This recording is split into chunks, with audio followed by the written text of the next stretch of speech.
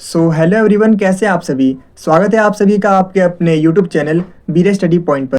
तो आज की इस वीडियो में हम बात करने वाले हैं introduction to the international relations, जिसे हिंदी में अंतर्राष्ट्रीय संबंधों का परिचय कहते हैं। तो आज की ये वीडियो एनईपी के 5th सेमेस्टर के स्टूडेंट्स के लिए काफ़ी ज़्यादा इंपॉर्टेंट होने वाली है, जिन भी स्टूडेंट्स ने 5th सेमेस्टर में इस सब्जेक्ट को चूज़ किया था। तो आज की इस वीडियो में हम इस बुक के मोस्ट इंपॉर्टेंट क्वेश्चंस को डिस्कस करने वाले हैं, जो कि आपके एग्जाम के पॉइंट ऑफ व्यू से काफ़ी ज़्यादा इंपॉर्टेंट होते हैं। बेसिकली जिन टॉपिक से आपके एग्जाम में क्वेश्चन पूछे जाते हैं, और जो क्वेश्चन मैं आपको बता रहा हूँ, अगर आपने उन क्वेश्चन आंसर को अच्छे से प्रिपेयर कर लिया तो आपके एग्जाम में वही सेम क्वेश्चन आपको देखने को मिलने वाले हैं। और मैं आपको बताना चाहूँगा कि आज की ये वीडियो हिंदी मीडियम के साथ साथ इंग्लिश मीडियम वाले स्टूडेंट्स के लिए भी काफ़ी ज़्यादा इंपॉर्टेंट होने वाली है, क्योंकि आज की इस वीडियो में मैं आपको हिंदी और इंग्लिश दोनों मीडियम में ही कंटेंट को प्रोवाइड करने वाला हूँ। एंड एज यू नो, हम अपनी वीडियो में आपको सिर्फ और सिर्फ इंपॉर्टेंट कंटेंट ही पढ़ाते हैं, जो कि आपके एग्जाम के पॉइंट ऑफ व्यू से काफ़ी ज़्यादा इंपॉर्टेंट होते हैं। बेसिकली जिन टॉपिक से आपके एग्जाम में क्वेश्चन पूछे जाते हैं। तो आज की इस वीडियो में मैं आपको जो क्वेश्चन बताने वाला हूँ, वो सेम क्वेश्चन आपको आपके एग्जाम में देखने को मिलेंगे, ये मेरी गारंटी है। तो बिना टाइम वेस्ट करते हुए बढ़ते हैं अपने वीडियो की तरफ। तो चलिए सबसे पहले हम बात करते हैं इसके लेटेस्ट सिलेबस के बारे में। तो मैं आपको बताना चाहूँगा कि सिलेबस के अंदर टोटल आपको 4 यूनिट्स पढ़नी है, जिसमें से यूनिट फर्स्ट के अंदर सबसे पहले आपको समझना है कि आखिर ये अंतर्राष्ट्रीय संबंध होता क्या है, यानी व्हाट इज इंटरनेशनल रिलेशन।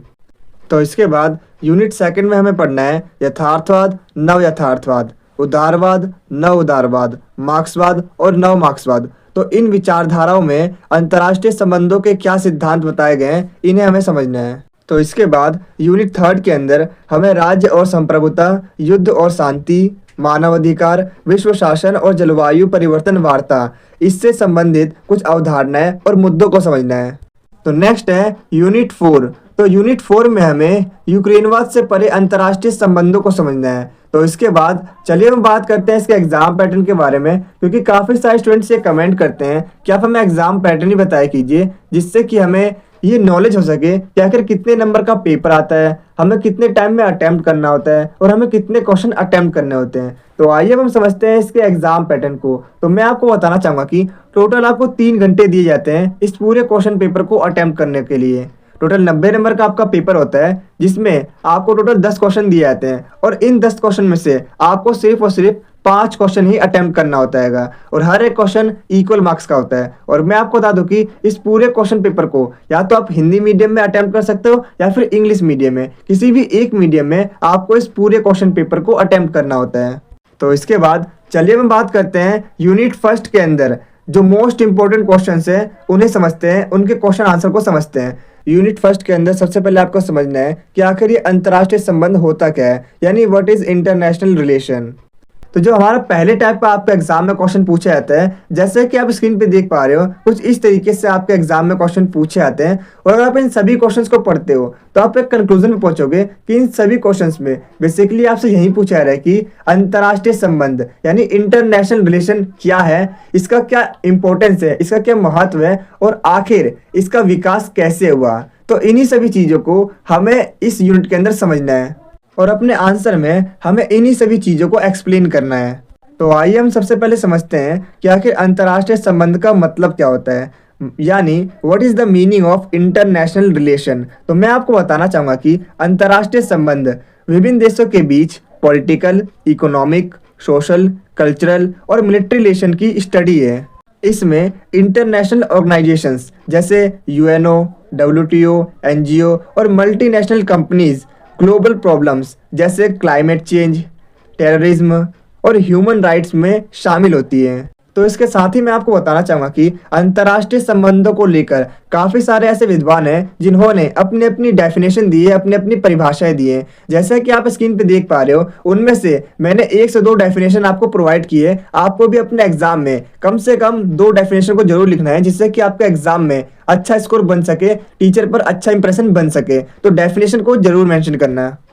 तो इसके बाद चलिए हम बात करते हैं अंतर्राष्ट्रीय संबंधों के दायरों के बारे में। तो मैं आपको बताना चाहूँगा कि अंतर्राष्ट्रीय संबंधों का दायरा बहुत ही व्यापक है। इसमें विदेश नीति यानी फॉरेन पॉलिसी, कूटनीति यानी डिप्लोमेसी और अंतर्राष्ट्रीय संगठन जैसे यूएनओ, डब्ल्यूएचओ और नाटो जैसे संगठन शामिल होते हैं।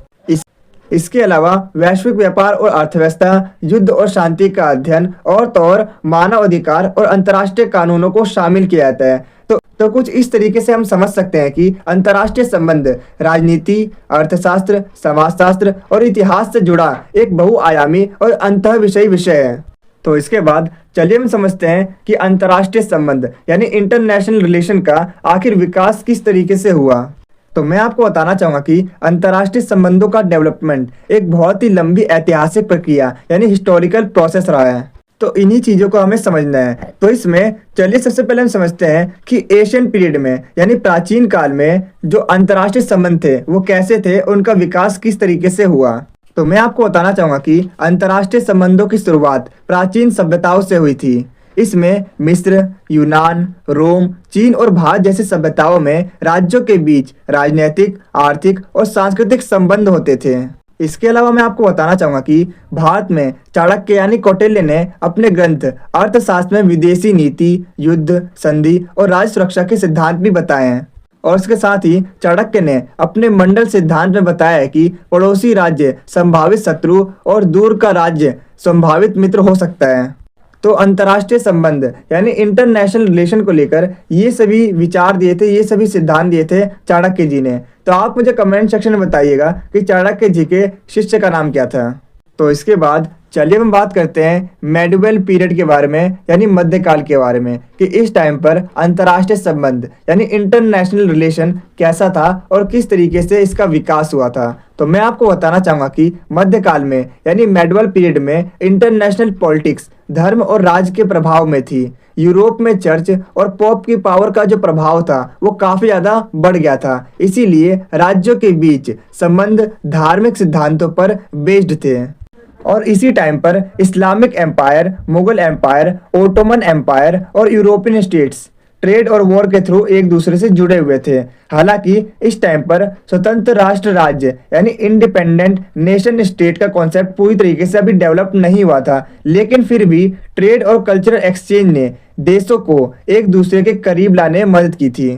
तो इसके बाद आइए हम बात करते हैं मॉडर्न पीरियड के बारे में यानी आधुनिक काल के बारे में कि इस टाइम पर अंतर्राष्ट्रीय संबंध यानी इंटरनेशनल रिलेशन कैसा था और किस तरीके से इसका विकास हुआ था। तो मैं आपको बताना चाहूँगा कि इंटरनेशनल रिलेशंस का रियल डेवलपमेंट 1648 में वेस्टफीलिया के संधि के बाद हुआ था।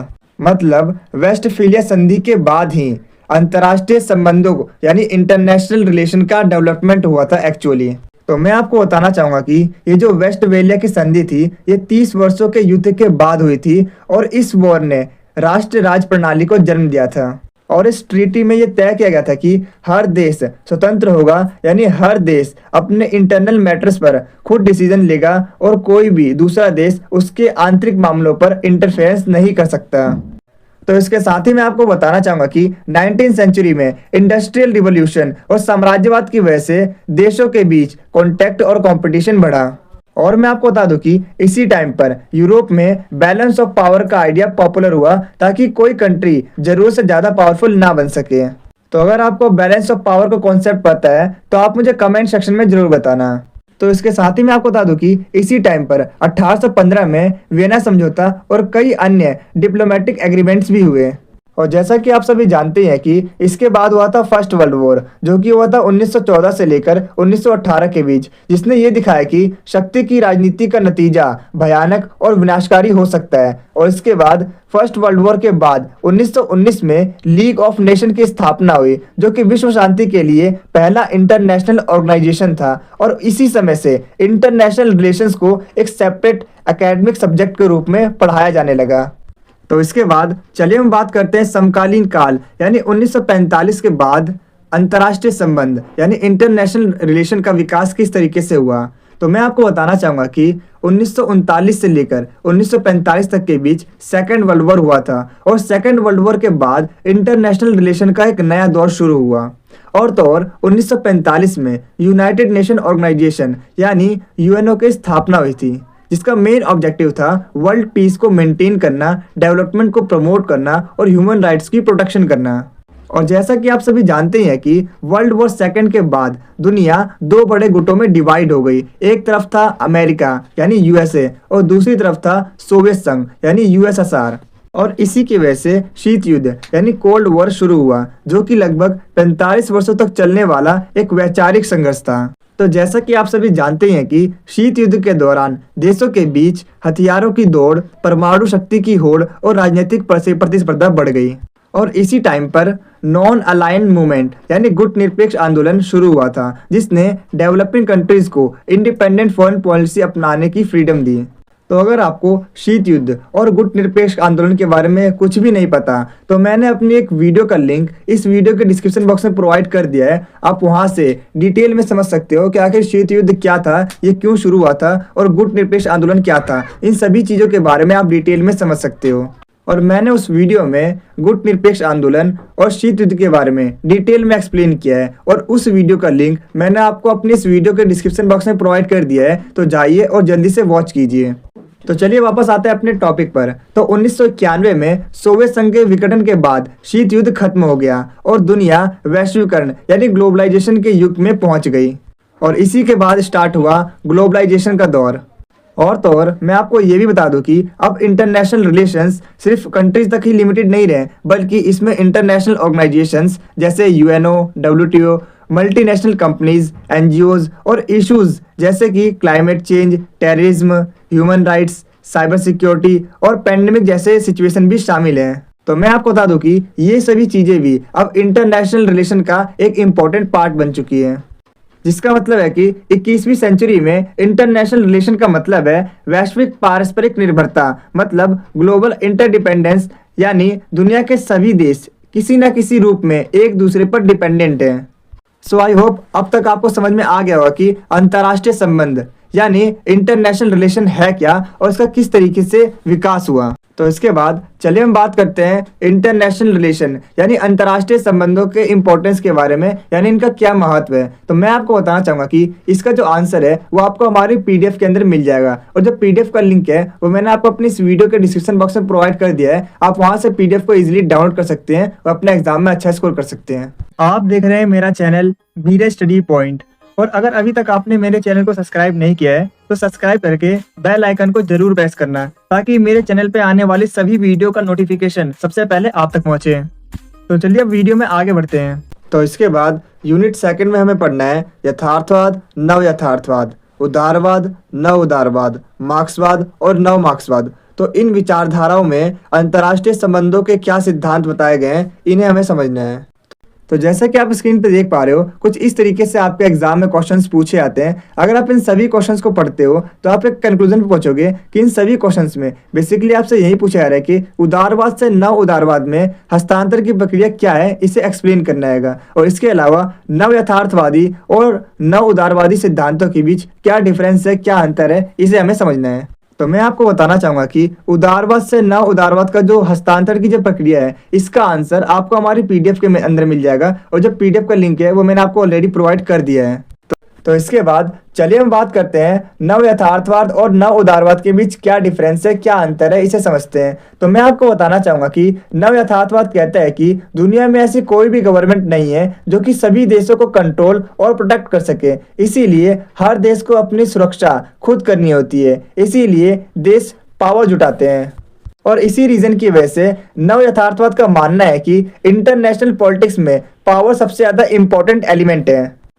और वहीं दूसरी तरफ नव उदारवाद कहता है कि भले ही दुनिया में अराजकता है, लेकिन यूएनओ, डब्ल्यूटीओ, आईएफएम जैसे इंटरनेशनल ऑर्गेनाइजेशंस रूल्स और डायलॉग के थ्रू देशों के बीच आपसी विश्वास और सहयोग बढ़ाते हैं। इसीलिए नव उदारवाद का मानना है कि इंटरनेशनल पॉलिटिक्स में कॉर्पोरेशन और इंटरडिपेंडेंसी सबसे इम्पोर्टेंट एलिमेंट है। और इसके अलावा मैं आपको बताना चाहूँगा कि नव यथार्थवाद राज्य को सबसे महत्वपूर्ण एकीकृत इकाई मानता है। नव यथार्थवाद के अकॉर्डिंग राज्य हमेशा अपने नेशनल इंटरेस्ट को प्रायोरिटी देता है और अपने अस्तित्व की रक्षा करता है। तो वहीं दूसरी तरफ नव उदारवाद का मानना है कि राज्य के अलावा इंटरनेशनल ऑर्गेनाइजेशंस जैसे एनजीओज और एमएनसीज भी इंटरनेशनल पॉलिटिक्स में इम्पोर्टेंट रोल प्ले करते हैं। इसके अलावा मैं आपको बताना चाहूँगा कि नव यथार्थवादी पावर को मिलिट्री और पॉलिटिक्स पावर के रूप में देखता है, और उनके अकॉर्डिंग हथियार, सेना और रणनीतिक गठबंधन ही किसी भी देश की असली ताकत है। तो वहीं दूसरी तरफ नव उदारवाद का मानना है कि पावर सिर्फ मिलिट्री नहीं, बल्कि आर्थिक प्रभाव, तकनीकी क्षमता, संस्कृति और संस्थागत प्रभाव में भी होता है। अगर मैं एग्जाम्पल की बात करूं, जैसे कोई देश व्यापार, शिक्षा या संस्कृति के थ्रू दूसरे देशों पर अपना प्रभाव बढ़ा सकता है। और इसके अलावा नव यथार्थवाद के अकॉर्डिंग असली सहयोग लंबे समय तक पॉसिबल नहीं है, क्योंकि देश हमेशा अपने हित में ही काम करते हैं और अगर सहयोग होगा भी तो वो टेम्परेरी होगा और स्वार्थ पर आधारित होगा। और वहीं दूसरी तरफ नव उदारवाद के अकॉर्डिंग सहयोग सिर्फ पॉसिबल ही नहीं है, बल्कि आज की दुनिया में सबसे जरूरी भी है। आज के टाइम पर देशों के बीच ट्रेड, साइंस, टेक्नोलॉजी और इन्वायरमेंट जैसे एरियाज में आपसी निर्भरता इतनी बढ़ गई है कि एक दूसरे की हेल्प के बिना,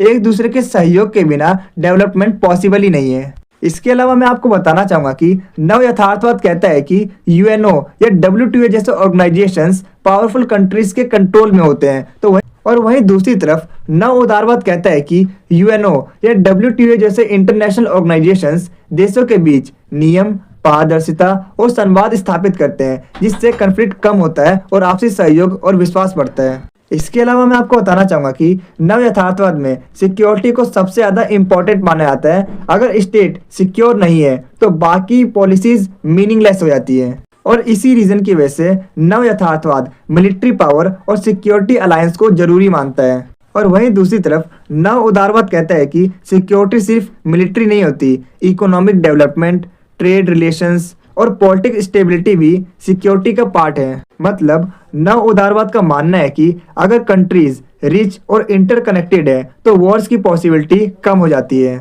इसके अलावा मैं आपको बताना चाहूंगा कि नव यथार्थवाद balance of power, military alliance और डिफेंस पॉलिसीज पर बेस्ड है। तो वहीं दूसरी तरफ नव उदारवाद सहयोग और बहुपक्षीयता पर बेस्ड है। तो इसके अलावा मैं आपको बताना चाहूंगा कि नव यथार्थवाद आज भी प्रासंगिक है, क्योंकि दुनिया में अभी भी शक्ति की राजनीति चल रही है। जैसे तो अगर मैं एग्जांपल की बात करूं, जैसे अमेरिका चीन प्रतिद्वंदिता या फिर रूस यूक्रेन युद्ध, तो ये सभी वो एग्जाम्पल्स हैं जो कि ये दिखाते हैं कि मिलिट्री पावर अभी भी इम्पोर्टेंट है। और वहीं दूसरी तरफ अगर हम नव उदारवाद की बात करें तो मैं आपको बताना चाहूंगा कि नव उदारवाद की प्रासंगिकता भी बढ़ी है, क्योंकि क्लाइमेट चेंज, पैंडेमिक्स जैसे कि कोविड-19 और टेररिज्म जैसे प्रॉब्लम्स अकेले कोई भी कंट्री सॉल्व नहीं कर सकती है, इसीलिए अंतर्राष्ट्रीय सहयोग की जरूरत है।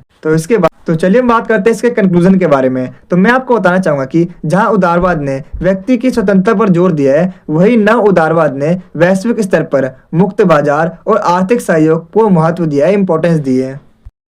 अगर आपको इस वीडियो के प्रॉपर आंसर वाले नोट चाहिए तो नोट्स का लिंक मैंने डिस्क्रिप्शन में डाल रखा है, आप वहां से नोट्स को डाउनलोड कर सकते हैं। नोट्स आपको हिंदी और इंग्लिश दोनों मीडियम में मिल जाएंगे।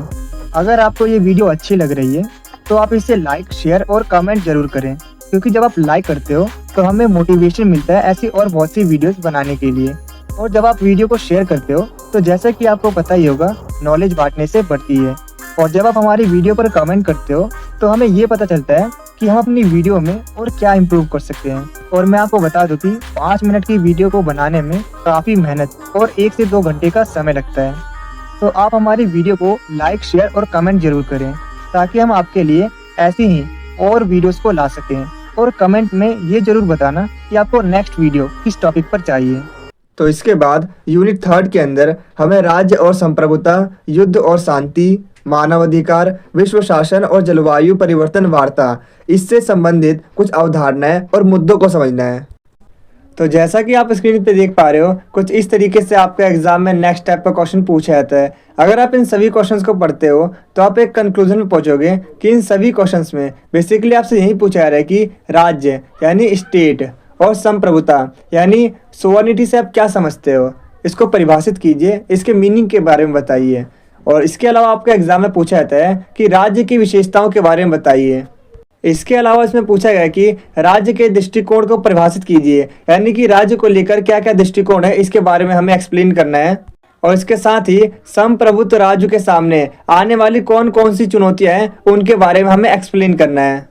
तो सबसे पहले मैं आपको कुछ बेसिक चीज़ें क्लियर करना चाहूँगा। जब भी पॉलिटिकल साइंस में राज्य यानी स्टेट वर्ड का यूज़ होता है तो ये रिप्रेजेंट करता है देश को, यानी कि कंट्री के बारे में, देश के बारे में बात की जा रही है। तो मैं आपको बताना चाहूँगा कि राज्य यानी स्टेट और संप्रभुता यानी सोवर्निटी दोनों ही पॉलिटिक्स और इंटरनेशनल रिलेशन के बहुत ही इंपॉर्टेंट कॉन्सेप्ट्स हैं, जो कि सत्ता, शासन और देश की आपसी रिलेशन को समझने में काफ़ी ज़्यादा मदद करते हैं। तो इसके बाद चलिए हम बात करते हैं राज्य के अर्थ के बारे में, यानी राज्य का मतलब क्या होता है, what is the meaning of state. तो मैं आपको बताना चाहूँगा कि राज्य एक ऐसा पॉलिटिकल ऑर्गेनाइजेशन है जो एक एरिया में रहने वाले लोगों पर शासन करता है। जैसे भारत एक बहुत बड़ा एरिया है, इस पर जनता रहती है और जनता पर सरकार शासन करती है, और इसी सरकार यानी देश को हम कहते हैं पॉलिटिकल लैंग्वेज में स्टेट। सो आई होप अब आपको समझ में आ गया होगा कि राज्य का पॉलिटिकल साइंस में मतलब है सरकार यानी देश से है, और राज्य का काम कानून व्यवस्था और सुरक्षा बनाए रखना है और समाज में जस्टिस, पीस, सिक्योरिटी और डेवलपमेंट को एंश्योर करना है। इसके साथ ही मैं आपको बताना चाहूँगा कि राज्य मेन 4 एलिमेंट से मिलकर बना होता है। फिक्स्ड एरिया यानी एक एरिया होना चाहिए, पॉपुलेशन यानी वहाँ पर जनता होनी चाहिए, और जनता पर कौन शासन करेगा, गवर्नमेंट, तो वहाँ पर गवर्नमेंट का भी होना जरूरी है, और इसके अलावा होना चाहिए सोवरेंटी। इसके बारे में हम अभी आगे बात करने वाले हैं। सो आई होप अब आपको समझ में आ गया होगा कि इन चारों चीज़ों से मिलकर एक स्टेट बनता है, यानी ये स्टेट के 4 एलिमेंट्स हैं। तो इसके बाद चलिए हम बात करते हैं संप्रभुता के बारे में, यानी सोवरेंटी के बारे में, जो इसके बारे में अभी हमने जाना था, जो कि राज्य के 4 एलिमेंट में से एक सबसे इम्पोर्टेंट एलिमेंट है। तो मैं आपको बताना चाहूँगा कि संप्रभुता शब्द लैटिन भाषा के सुपरनेस से बना है, जिसका मतलब होता है हाईएस्ट यानी सुप्रीम। संप्रभुता राज्य की सुप्रीम यानी फाइनल पावर है, जिसके ऊपर और कोई पावर नहीं होती। सो आई होप अब आपको समझ में आ गया होगा कि संप्रभुता ही राज्य की सबसे बड़ी और सबसे स्वतंत्र शक्ति मानी जाती है। तो इसके बाद चलिए हम समझते हैं राज्य के दृष्टिकोण के बारे में, यानी इसके थॉट्स के बारे में, यानी इसके अप्रोचेस के बारे में। तो राज्य का पहला दृष्टिकोण है उदारवादी बहुलवादी दृष्टिकोण, दूसरा है सामाजिक लोकतांत्रिक दृष्टिकोण, तीसरा है राज्य का मार्क्सवादी दृष्टिकोण, चौथा है राज्य का नारीवादी दृष्टिकोण, और आखिरी 5वां है राज्य का सर्वशक्तिमान राज्य का दृष्टिकोण। तो चलिए एक एक करके इन्हें थोड़ा सा और डिटेल में समझते हैं, जिसमें हम सबसे पहले बात करने वाले हैं राज्य के उदारवादी बहुलवादी दृष्टिकोण के बारे में। तो मैं आपको बताना चाहूँगा कि राज्य को एक निष्पक्ष संस्था यानी न्यूट्रल इंस्टीट्यूशन माना जाता है, जो जनता के प्रति जवाबदेही होती है, यानी कि रिस्पॉन्सिबल होती है। इसमें राज्य का काम होता है समाज के अलग अलग समूहों के बीच शक्ति संतुलन बनाए रखना, यानी बैलेंस करना, और सिटीजन्स के राइट्स की प्रोटेक्शन करना, यानी उनकी रक्षा करना। तो इसका दूसरा दृष्टिकोण है सामाजिक लोकतांत्रिक दृष्टिकोण। तो इसके अंदर मैं आपको बताना चाहूँगा कि राज्य का जो मेन वर्क होता है, या फिर आप कह सकते हो इसका जो मेन ऑब्जेक्टिव है, वो पॉवर्टी, अनएम्प्लॉयमेंट और डिजीज जैसे सोशल प्रॉब्लम्स का सॉल्यूशन करना है। इसके लिए राज्य एजुकेशन, हेल्थ और अन्य सोशल सर्विसेज प्रोवाइड करती है, ताकि समाज में इक्वलिटी और सोशल जस्टिस बना रहे।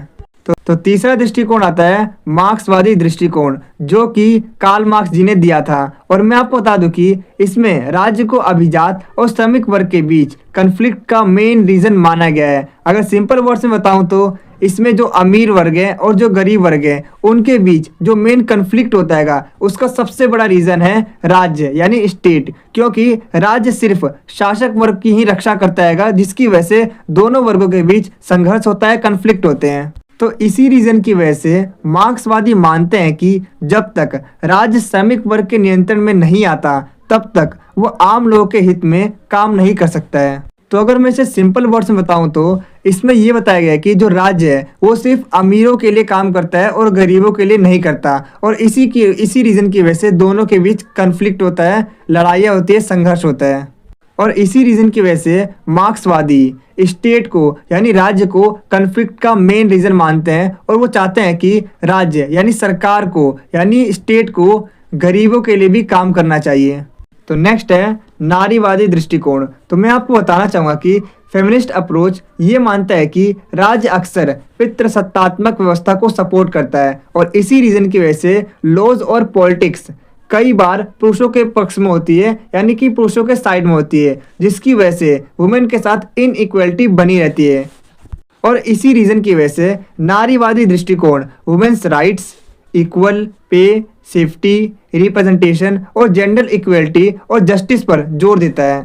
तो लास्ट है सर्वशक्तिमान राज्य का दृष्टिकोण। तो मैं आपको बताना चाहूँगा कि इस दृष्टिकोण में राज्य को सर्वोच्च और सर्वशक्तिमान माना जाता है। और तो और राज्य को समाज के हर क्षेत्र में, हर एरिया में हस्तक्षेप करने का अधिकार होता है, यानी कि वो इंटरफेरेंस कर सकती है। और तो और यही सोच अधिनायकवादी या फांसीवादी राज्यों के बीच अधिक दिखाई देती है। सो आई होप अब आपको समझ में आ गया होगा राज्य के दृष्टिकोण के बारे में। तो आपको क्या करना है, जो मैंने आपको राज्य के 5 दृष्टिकोण बताया उसके जो मेन पॉइंट्स है उसको आपको कमेंट सेक्शन में लिखना है, और एग्जाम में जाने से पहले अपने ही आंसर्स को, अपने ही कमेंट्स को एक बार दोबारा रीड करके जाइएगा, जिससे कि आपको एग्जाम में एक अलग ही कॉन्फिडेंस आएगा। तो इसके बाद चलिए हम बात करते हैं राज्य की संप्रभुता पर आधुनिक चुनौतियों के बारे में, यानी modern challenges of state sovereignty. तो मैं आपको बताना चाहूँगा कि इसमें टोटल 5 चैलेंजेस हैं जिसके बारे में हम बात करने वाले हैं, जिसमें सबसे पहले हम बात करेंगे वैश्वीकरण और आर्थिक निर्भरता के बारे में। इसके बाद हम बात करेंगे अंतर्राष्ट्रीय संस्थाओं के प्रभाव के बारे में। फिर हम बात करेंगे सीमा पार समस्याओं के बारे में। देन हम बात करेंगे मानव अधिकार और बाहरी हस्तक्षेप के बारे में। और लास्ट में हम बात करेंगे क्षेत्रीय संगठन और साझा संप्रभुता के बारे में। तो आइए एक एक करके इन्हें थोड़ा सा और डिटेल में समझते हैं। तो मैं आपको बताना चाहूँगा कि ये सभी वो चैलेंजेस हैं जो कि राज्य की संप्रभुता के सामने आती है एक चुनौतियाँ बनकर। तो राज्य की संप्रभुता के सामने जो पहला चैलेंज है वह है वैश्वीकरण और आर्थिक निर्भरता। तो मैं आपको बताना चाहूँगा कि आज ग्लोबलाइजेशन की वजह से पूरी दुनिया एक दूसरे से जुड़ चुकी है। आज के टाइम पर देशों की इकोनॉमी, टेक्नोलॉजी और कल्चर आपस में जुड़े हुए हैं, जिसकी वजह से किसी एक देश की नीति किसी दूसरे देश को प्रभावित कर सकती है, इफेक्ट कर सकती है, और जिसकी वजह से राज्य अपनी इकोनॉमिक पॉलिसीज पूरी तरह से इंडिपेंडेंट होकर नहीं बना पाते, जिससे उनकी संप्रभुता पर असर पड़ता है, इफेक्ट पड़ता है। तो राज्य की संप्रभुता के सामने जो दूसरा चैलेंज है वो है अंतर्राष्ट्रीय संस्थाओं का प्रभाव।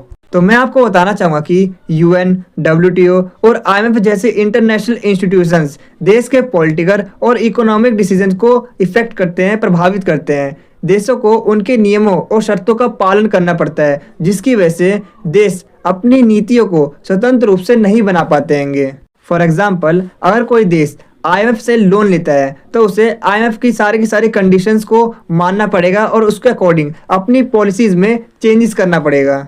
तो इससे ये क्लियर होता है कि इंटरनेशनल इंस्टीट्यूशंस ने देशों की संप्रभुता को सीमित कर दिया है। तो राज्य की संप्रभुता के सामने जो अगली चुनौती है वह सीमा पार समस्याएं। तो मैं आपको बताना चाहूँगा कि terrorism, climate change, environmental crisis और पैंडेमिक जैसे कोविड-19 ये किसी भी एक देश की प्रॉब्लम नहीं है। इसका सॉल्यूशन वैश्विक सहयोग से ही संभव है, पॉसिबल है। जैसे अगर मैं एग्जाम्पल की बात करूँ, पेरिस जलवायु समझौते में सभी देशों ने मिलकर पर्यावरण की जिम्मेदारी ली, रिस्पॉन्सिबिलिटी ली। लेकिन जब देशों को मिलकर फैसले लेने पड़ते हैं तो उनकी जो स्वतंत्रता है, जो फ्रीडम है, वो कम हो जाती है, जिसकी वजह से उनको उनकी देश की जो संप्रभुता है वो सीमित हो जाती है, या फिर आप कह सकते हो कम हो जाती है। तो राज्य की संप्रभुता के सामने जो अगली सबसे बड़ी चुनौती है वह है मानव अधिकार और बाहरी हस्तक्षेप। तो मैं आपको बताना चाहूँगा कि आज दुनिया में ये एक्सेप्ट किया गया है कि अगर किसी भी देश में ह्यूमन राइट्स का वायोलेशन हो रहा है तो जो दूसरे देश हैं, जो अन्य देश हैं, वो या फिर जो अंतर्राष्ट्रीय संगठन है वो उसमें इंटरफेरेंस कर सकते हैं। और इसी की वजह से कई बार मानव अधिकारों की रक्षा के नाम पर देशों की आंतरिक संप्रभुता कमजोर हो गई है, और इसकी वजह से उनकी संप्रभुता भी धीरे धीरे कम हो रही है। तो इसके बाद चलिए हम बात करते हैं इसके कंक्लूजन के बारे में। तो मैं आपको बताना चाहूँगा कि इस तरह से आप देख सकते हो कि राज्य और संप्रभुता किसी भी देश की शक्ति, स्वतंत्रता और शासन की बुनियाद है, यानी एक बेस है, एक बैकबोन है। हालांकि आधुनिक दौर में वैश्वीकरण और अंतर्राष्ट्रीय संस्थाओं की वजह से राज्य और संप्रभुता पहले जैसी नहीं रही है।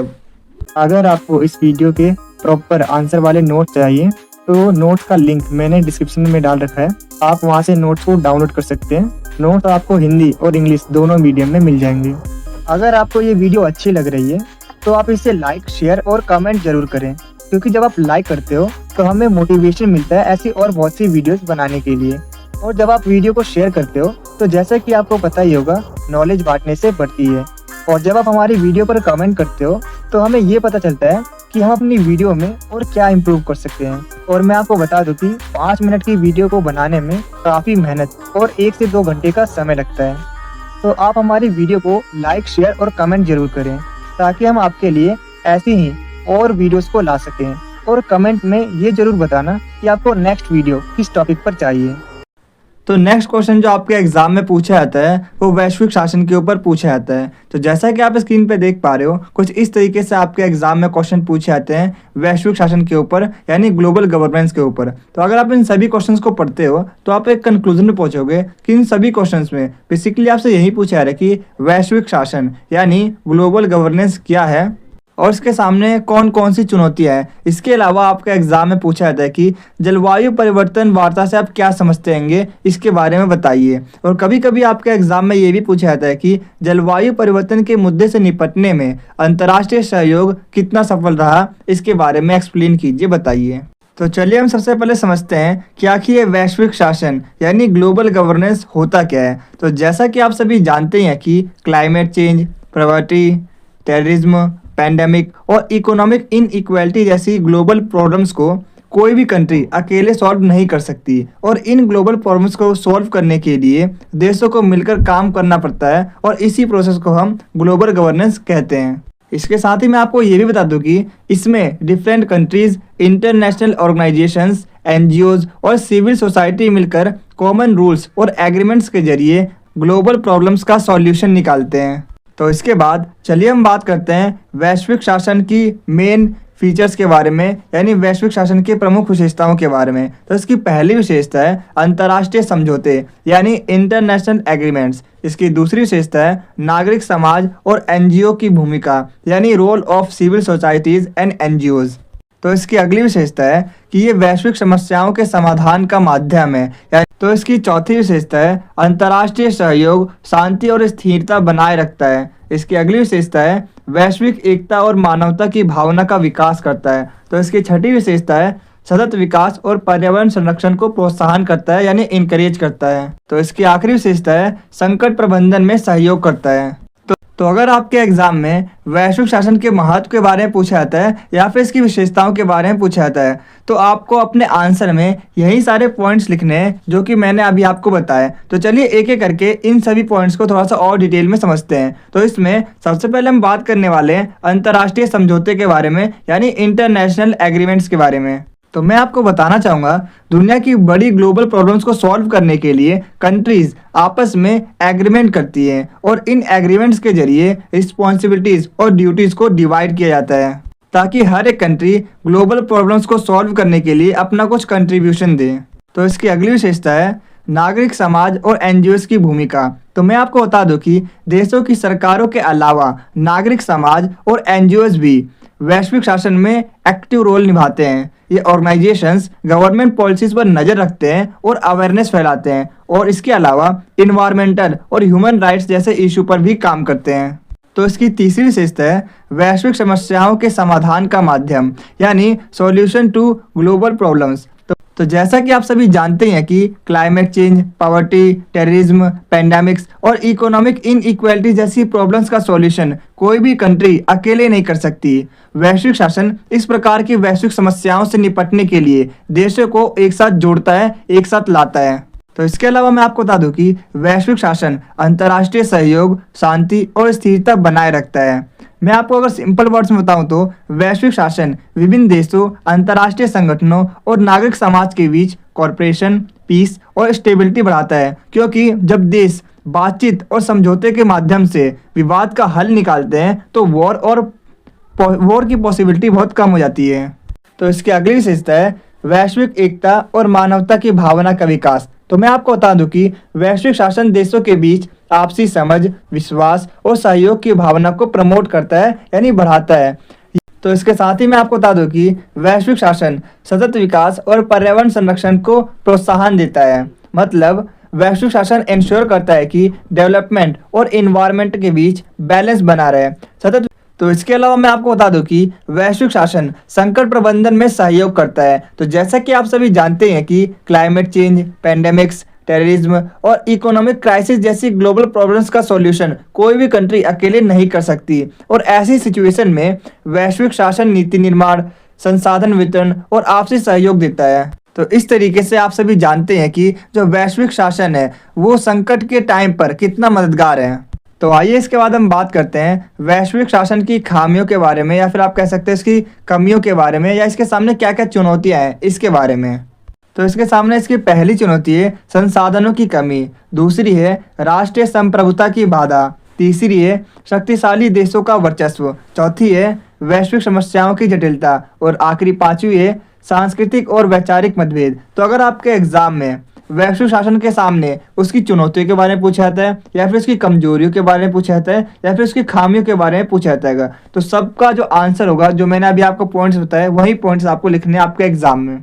तो आइए एक एक करके इन सभी पॉइंट्स को थोड़ा सा और डिटेल में समझते हैं। तो इसमें सबसे पहले हम बात करने वाले हैं संसाधनों की कमी के बारे में। तो मैं आपको बताना चाहूँगा कि यूएनओ, IMF, WHO और वर्ल्ड बैंक जैसी वैश्विक संस्थाओं के पास भी अक्सर पर्याप्त धन, मानव संसाधन और कानूनी अधिकारों की कमी होती है, जिसकी वजह से ये संगठन यानी ये जो ऑर्गेनाइजेशन है वॉर, क्लाइमेट चेंज, पेंडेमिक्स और पॉवर्टी जैसे इश्यूज पर टाइमली एक्शन नहीं ले पाते, जिसकी वजह से वैश्विक समस्याओं का जो समाधान है वो अधूरा रह जाता है या फिर धीमा होता है।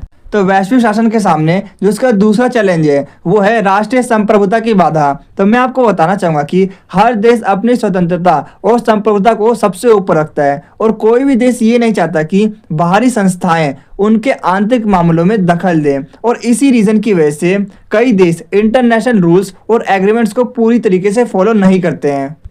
तो वैश्विक शासन के सामने इसकी जो अगली चुनौती है वो है शक्तिशाली देशों का वर्चस्व। तो मैं आपको बताना चाहूँगा कि यूएनओ, IMF और वर्ल्ड बैंक जैसी वैश्विक शासन संस्थाओं में अमेरिका, यूरोप और अन्य विकसित देशों का प्रभाव अधिक होता है, जिसकी वजह से निर्णय अक्सर इन्हीं देशों के हित को रखकर बनाए जाते हैं और कमज़ोर और विकासशील देशों की आवाज़ को उतना इम्पोर्टेंस नहीं दिया जाता, जिससे वैश्विक शासन में असमानता और पक्षपात लगता है। तो इसकी अगली चुनौती है वैश्विक समस्याओं की जटिलता।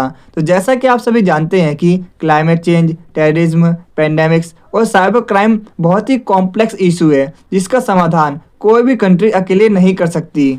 लेकिन देशों के बीच मतभेद, राजनीति और स्वार्थ की वजह से प्रभावी सहयोग नहीं बन पाता, जिससे समाधान देरी से होता है। तो इसकी अगली चुनौती है सांस्कृतिक और वैचारिक मतभेद। तो मैं आपको बता दूं कि दुनिया के देशों की संस्कृति, धर्म और राजनीतिक विचारधाराएं अलग अलग है और इन्हीं मतभेदों की वजह से कई बार किसी एक मुद्दे पर सबकी सहमति नहीं बन पाती। तो ये सभी वो चैलेंजेस हैं जो कि वैश्विक शासन के सामने आएंगे। जैसा कि आप सभी जानते हैं कि जो मैंने आपको पॉइंट्स बताए, ये सारे के सारे पॉइंट्स आपको समझ में आ गए होंगे।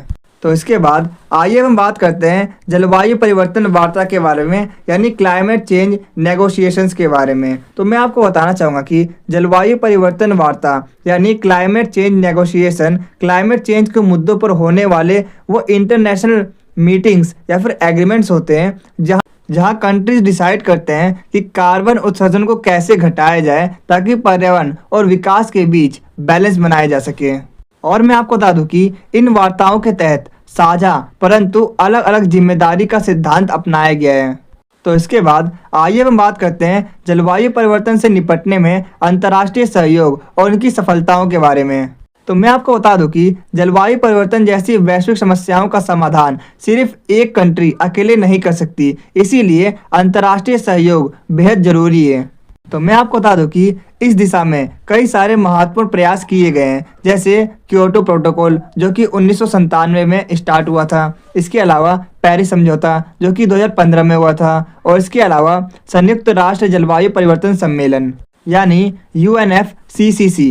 तो ये सभी वो कदम हैं जो कि जलवायु परिवर्तन से निपटने के लिए अपनाए गए हैं। तो इसके बाद चलिए हम बात करते हैं इसके कंक्लूजन के बारे में। तो मैं आपको बताना चाहूँगा कि वैश्विक शासन देशों को मिलकर क्लाइमेट चेंज जैसी बड़ी प्रॉब्लम्स से निपटने का रास्ता दिखाता है। सहयोग और साझा जिम्मेदारी से ही सस्टेनेबल डेवलपमेंट और सेफ फ्यूचर पॉसिबल है। आप देख रहे हैं मेरा चैनल बीरे स्टडी पॉइंट, और अगर अभी तक आपने मेरे चैनल को सब्सक्राइब नहीं किया है तो सब्सक्राइब करके बेल आइकन को जरूर प्रेस करना, ताकि मेरे चैनल पे आने वाली सभी वीडियो का नोटिफिकेशन सबसे पहले आप तक पहुंचे।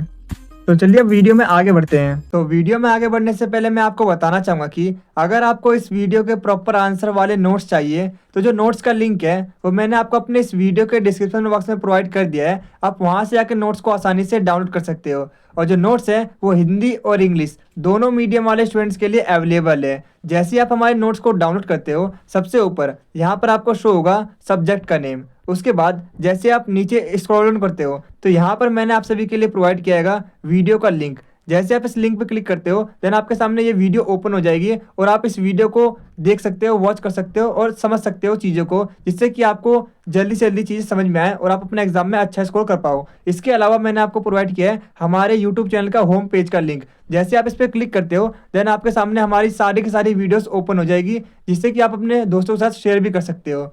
इसके अलावा मैंने आपको प्रोवाइड किया है हमारे व्हाट्सएप चैनल ग्रुप का लिंक, जिससे कि एसओएल से रिलेटेड जो भी अपडेट होंगे वो आप तक सबसे पहले पहुंचेंगे।